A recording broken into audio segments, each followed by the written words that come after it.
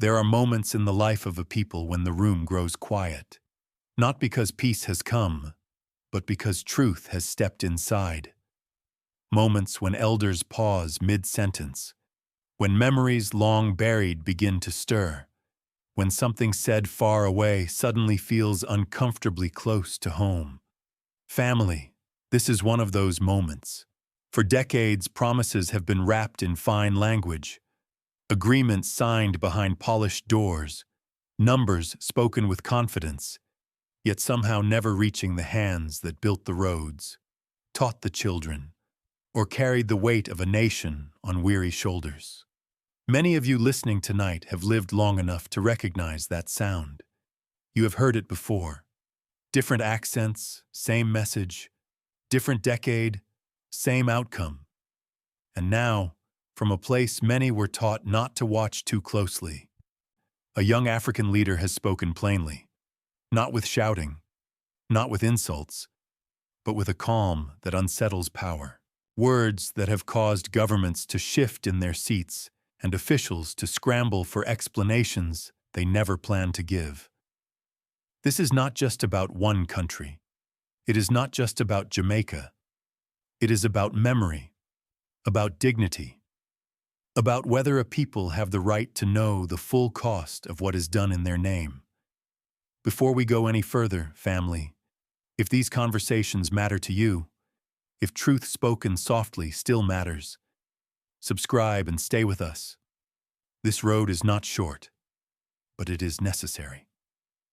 And what was said next is the part they never expected the public to hear.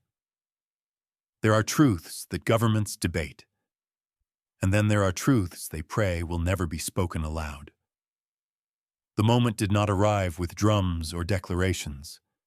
There was no dramatic unveiling, no raised fist, no fire in the voice. Instead, it came quietly, almost respectfully, as Captain Ibrahim Traoré stood before an audience that expected the usual language of diplomacy. Polite phrases, careful wording, statements designed to offend no one and change nothing.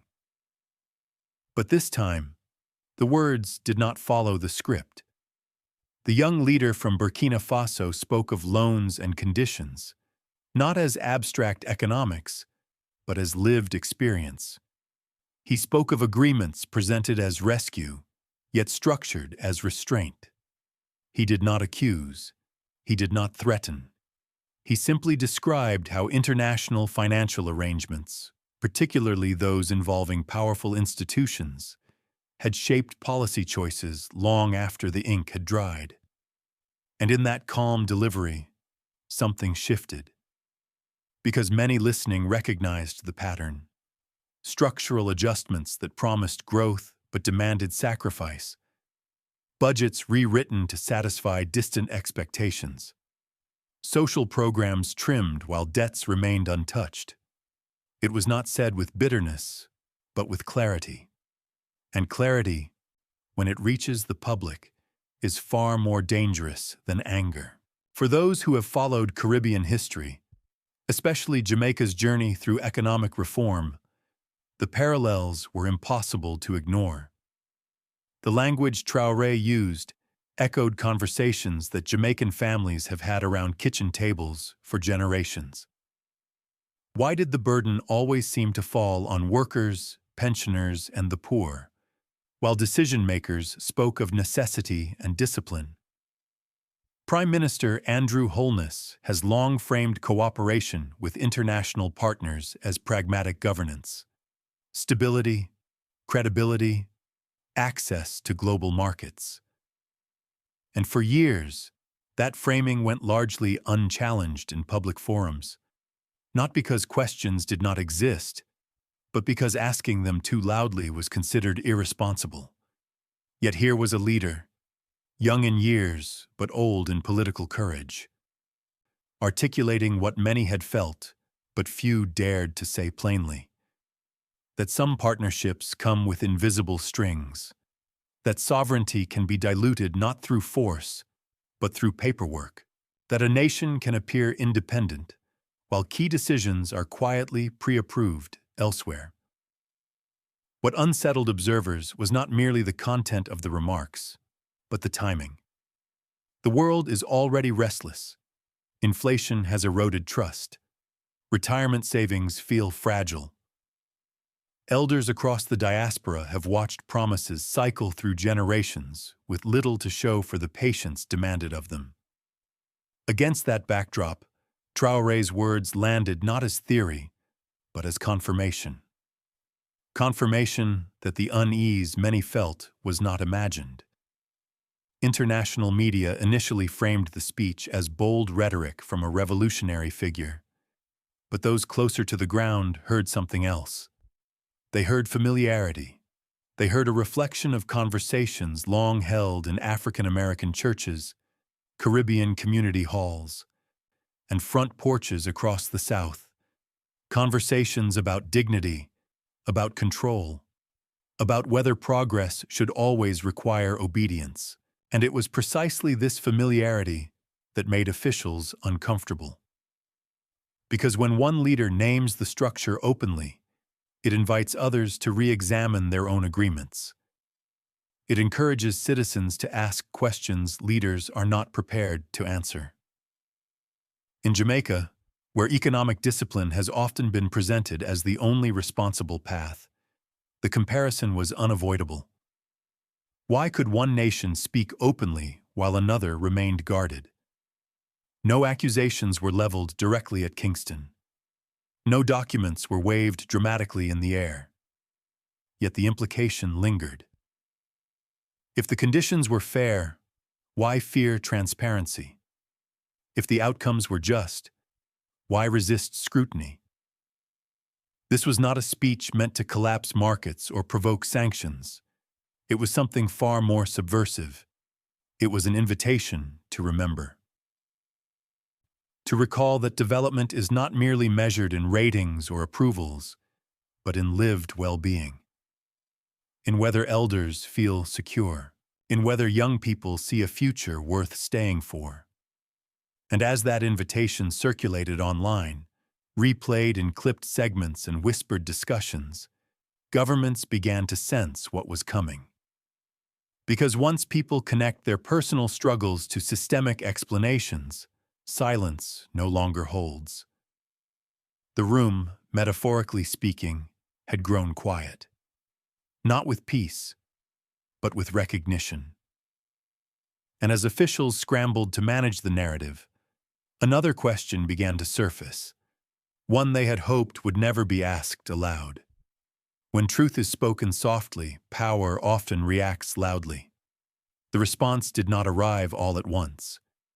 It came in fragments, carefully worded statements, sudden interviews, reassurances delivered with tight smiles and measured pauses. Officials did not deny what had been said, they reframed it. Analysts did not debate the substance, they questioned the tone. The machinery of respectability moved quickly, not to clarify, but to contain. Because the danger was never the statement itself. The danger was how many people recognized it. Across the Caribbean and the wider diaspora, elders leaned closer to their screens. Not out of excitement, but out of familiarity. They had seen this pattern before. When uncomfortable truths surface, authority rarely confronts them head-on. Instead, it seeks to redirect attention, to remind the public of stability, of discipline, of how much worse things could be without cooperation. In Kingston, the government's reaction was restrained but unmistakable. No direct confrontation, no public debate of the deeper issues raised. Silence in moments like these is not absence, it is strategy. And many understood exactly what that silence signaled. Because once people begin connecting economic hardship to structural decisions, reassurance loses its power. What unsettled observers most was the speed at which the message traveled. Short clips circulated among church groups, audio snippets were shared in family chats. A sentence here, a pause there. The words did not need embellishment. They carried their own weight. And for many, this became an Ibrahim Traoré moment, not because of spectacle, but because of recognition. Recognition that someone had said publicly what others had been encouraged to accept privately. Media commentators attempted to place the remarks into familiar boxes: radical, populist, anti-institutional. Yet those labels failed to resonate with older listeners. They had lived long enough to see labels change while outcomes stayed the same. They were not listening for ideology. They were listening for honesty. And honesty has a way of bypassing analysis. As the discussion widened, reactions grew more revealing. Some officials warned against irresponsible narratives that might unsettle markets. Others cautioned against drawing parallels between different national contexts. But those warnings, instead of calming concern, exposed it, because they suggested that public understanding itself was the threat. Meanwhile, the people most affected by decades of policy decisions were not panicking. They were reflecting. Pensioners compared notes on promises made in their working years. Former civil servants remembered reforms introduced with urgency and defended with inevitability. Parents recalled explaining to children why opportunities kept shrinking despite assurances of progress. The reaction then was not outrage. It was something deeper. A slow, collective reckoning. From Washington to London, diplomats observed closely. Not because one speech could upend the global order, but because it could encourage questions. And questions, once normalized, do not stay contained within borders. If one leader could speak plainly without immediate collapse, others might be expected to do the same. That expectation is what truly unsettled power. In Jamaica, the contrast became increasingly difficult to ignore. A government accustomed to presenting fiscal discipline as maturity now faced a public newly curious about the full terms of that discipline. Not just the benefits, but the costs. Not just the outcomes, but the constraints. And still, no full explanation came. Instead, attention was gently redirected. Other headlines, other priorities, other distractions. Yet beneath the surface, something had already shifted. Conversations were no longer hypothetical. They were personal. They were historical. They were informed by memory rather than messaging. This was not rebellion. It was awakening. And awakenings rarely announce themselves with noise. They begin quietly, with people comparing experiences and realizing they are not alone. With elders recognizing patterns younger generations have not yet named. With the slow erosion of the belief that silence equals safety. Those managing the narrative understood this danger well, because once people see the structure, they begin to ask why it was hidden. And once they ask why, they inevitably ask who benefited from that concealment. The reaction phase, then, was not about condemnation or praise. It was about exposure, about how quickly confidence dissolves when transparency is demanded, about how fragile authority becomes when memory re-enters the room. And as the official responses grew more cautious, another shift was taking place beyond press briefings and policy statements. A shift among the people themselves. For the first time in a long while, many were no longer asking what leaders promised, but what they refused to explain. Consequences do not always arrive with headlines. More often, they arrive quietly, settling into daily life until people realize they have been living with them for years. Long before any leader spoke openly, the outcomes were already visible, in wages that never quite kept pace with prices, in pensions stretched thinner with every passing season, in public services adjusted, reduced, and renamed, always in the language of necessity. What changed now was not the reality itself, but the lens through which it was viewed. When the remarks circulated, many elders did not feel shock. They felt confirmation. Because for decades, economic discipline had been framed as maturity, while questioning it was framed as recklessness. People were told that sacrifice today would secure stability tomorrow. That restraint was proof of responsibility. That obedience to external benchmarks would eventually translate into shared prosperity. Yet tomorrow kept moving. Across Jamaica and the wider Caribbean, families began quietly revisiting their own timelines.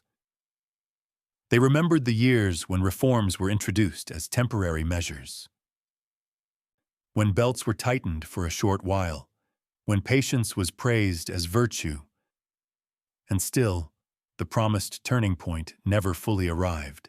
What the recent discussion triggered was not anger alone, but regret. Regret for years spent trusting that silence was the price of progress. Regret for questions not asked sooner. Regret for accepting complexity as a reason to disengage. For many listening, especially those who had worked through multiple economic cycles, the pattern became unmistakable.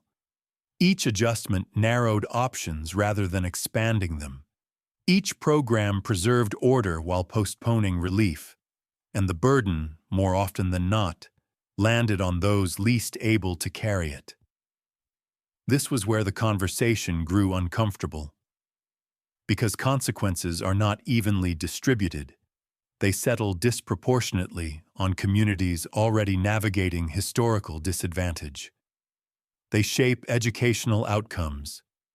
They limit healthcare access. They influence whether grandchildren stay or leave, whether skills are invested locally or exported permanently. And once these consequences were connected to policy structures rather than personal failure, a quiet shift occurred in how responsibility was understood. The discussion was no longer about whether cooperation with powerful institutions was necessary.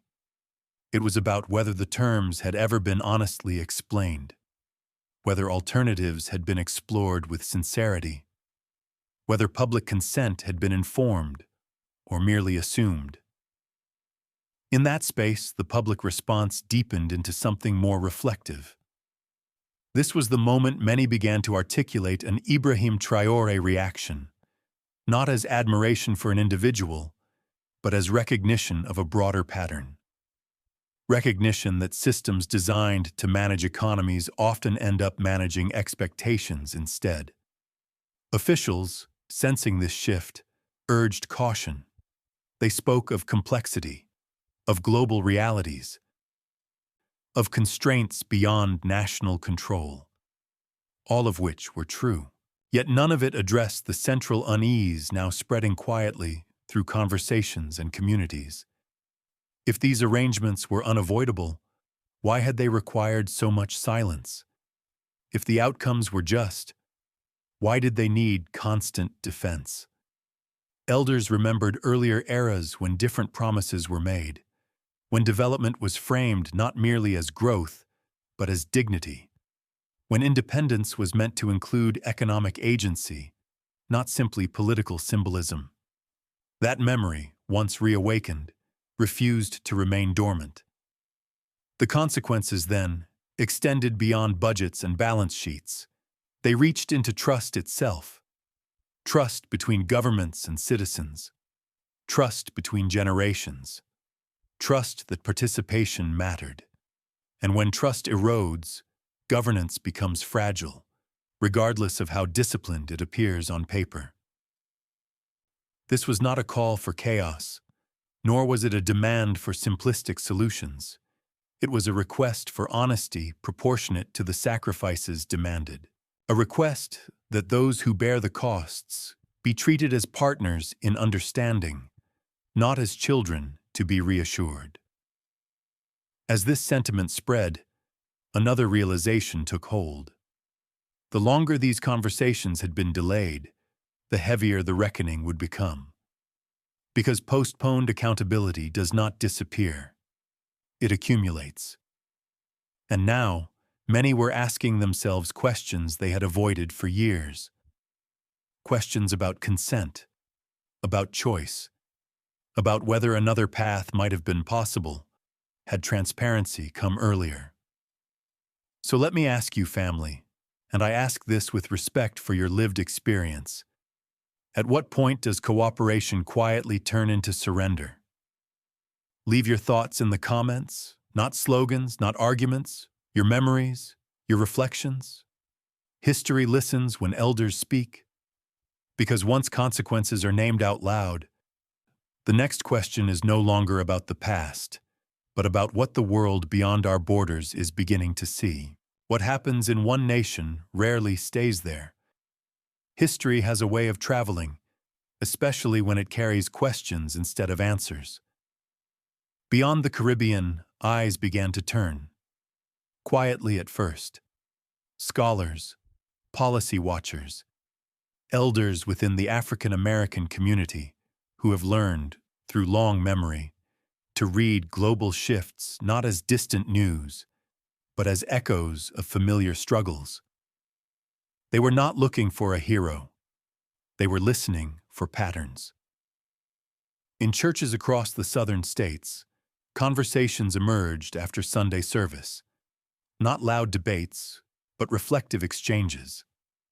Older men recalling international programs once praised as solutions. Women remembering decades when patience was framed as faithfulness. Many had lived through similar cycles at home, where policy decisions were explained as unavoidable, while communities were told to endure with grace. From that vantage point, the significance of the moment was not confined to one leader or one country. It lay in the courage to articulate a question the world had learned to avoid. If development requires constant restraint from the many to reassure the few, who is it truly designed to serve? In Washington, the language remained careful. Stability, partnership, shared responsibility. Phrases honed over generations. Yet beneath that diplomacy, analysts understood the deeper implication. When smaller nations speak openly about the structures shaping their choices, the moral authority of those structures weakens. Not through rebellion, but through visibility. Across Europe, observers drew comparisons with earlier eras. Structural reforms in the 1980s and 1990s. The promises made then. The outcomes assessed now. There was no rush to condemnation, but there was recognition. Recognition that legitimacy depends not only on results, but on consent that is informed and ongoing. For African American elders, this global conversation stirred something more intimate, a recognition that economic narratives have always been political, even when presented as neutral. That communities are often asked to carry burdens justified by expertise they are discouraged from questioning. And that dignity is rarely restored by silence. What resonated most deeply was not defiance, but composure. The refusal to shout, the insistence on clarity. Many remembered leaders of the past who spoke in similar tones, not to inflame, but to awaken. Leaders whose greatest threat was not confrontation, but conscience. And yet, the world did not respond with immediate transformation, nor should it have. Change born of reflection moves slowly, but it moves nonetheless. The conversation had crossed borders. It had entered living rooms far removed from the original context. And once there, it refused to be dismissed as local grievance. This is how shifts begin, not with declarations, but with recognition spreading quietly across communities that have been told, for too long, that their questions are naive or dangerous. The world, it seems, is listening again. Not because it has agreed, but because it has been compelled to hear. And when the global audience begins to listen, the final question becomes unavoidable. What choices remain for those standing at the crossroads of history? The future rarely announces itself clearly. More often, it waits quietly at the edge of decision, shaped not by speeches alone, but by what people choose to demand, remember, and refuse to forget.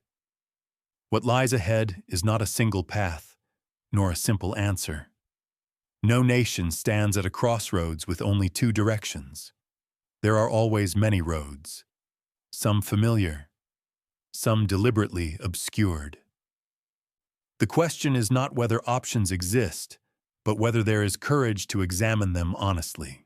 For Jamaica, and for many nations watching closely, the moment has become less about one young African leader and more about a standard that has been raised. A standard of openness, of moral clarity, of speaking to citizens as adults capable of complexity, rather than as audiences to be managed. This does not mean rejecting cooperation or pretending global realities do not exist. Wisdom does not deny interdependence. But dignity insists on balance. It insists that partnership does not require silence and that discipline does not require submission. Elders understand this instinctively. You have lived long enough to know that stability purchased at the cost of voice is fragile. That order maintained without consent eventually collapses under its own weight. And that progress, when it excludes memory, repeats its failures with new language. The road ahead demands something quieter than revolution, yet more demanding than patience. It demands participation, questions asked without apology, records examined without fear, leaders chosen not only for competence, but for honesty under pressure. Across the diaspora, this moment has reawakened a sense of shared destiny, not as nostalgia, but as responsibility. Responsibility to ensure that younger generations inherit not just improved statistics, but expanded agency, that they are not taught to accept limits without understanding who set them and why. Hope, then, does not arrive as excitement. It arrives as resolve. Resolve to insist that agreements reflect the lived realities of the people who must honor them. Resolve to ensure that transparency is not treated as threat.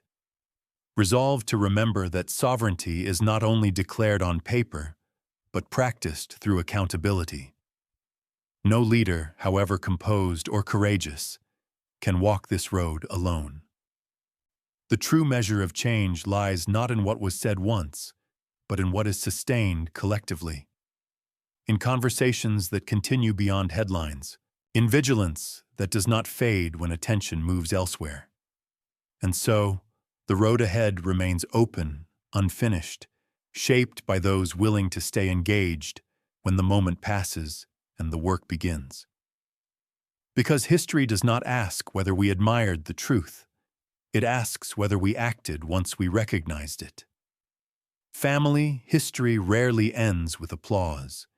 It ends with responsibility.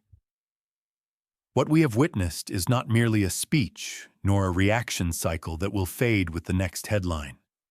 It is a moment of recognition, a moment when memory met clarity, when lived experience finally found language strong enough to stand in public without apology. For many of you listening, this did not feel new. It felt familiar. You have seen programs come and go. You have heard promises refined by decades of repetition. And you have learned, sometimes painfully, that progress without dignity is not progress at all. That is why this moment matters. Not because of who spoke, but because of what was revealed. An Ibrahim Traoré moment does not demand agreement. It demands attention. It asks whether truth, once spoken calmly, can still change the direction of a conversation long controlled by fear and habit. And when the Ibrahim Traoré reaction ripples outward, It exposes something deeper than policy debates. It exposes memory returning to the center of decision-making. The vision ahead is not dramatic. It is deliberate. A future where elders are not asked to forget what they have lived through in order to appear cooperative. A future where younger generations are not taught that silence is maturity. A future where partnership is built on explanation, not assumption, and where discipline does not erase choice. This is not a call to anger. Anger burns quickly. This is a call to vigilance, to engagement that outlives emotion, to conversations that continue when the cameras are gone. Because the second Ibrahim Traoré moment is never about the leader again. It is about the people who decide not to return to sleep. So let me ask you, with respect for your years and your wisdom, what agreements were you asked to accept without full explanation? What sacrifices were called necessary, but never revisited? And if the truth is finally spoken in the open, what responsibility do we carry to respond? Share your reflections in the comments. Not slogans, not outrage, your memories, your experiences, your lessons for those who come after you. If this conversation resonates, subscribe and stay with us. Not for noise, not for spectacle, but for truth spoken slowly and held long enough to matter.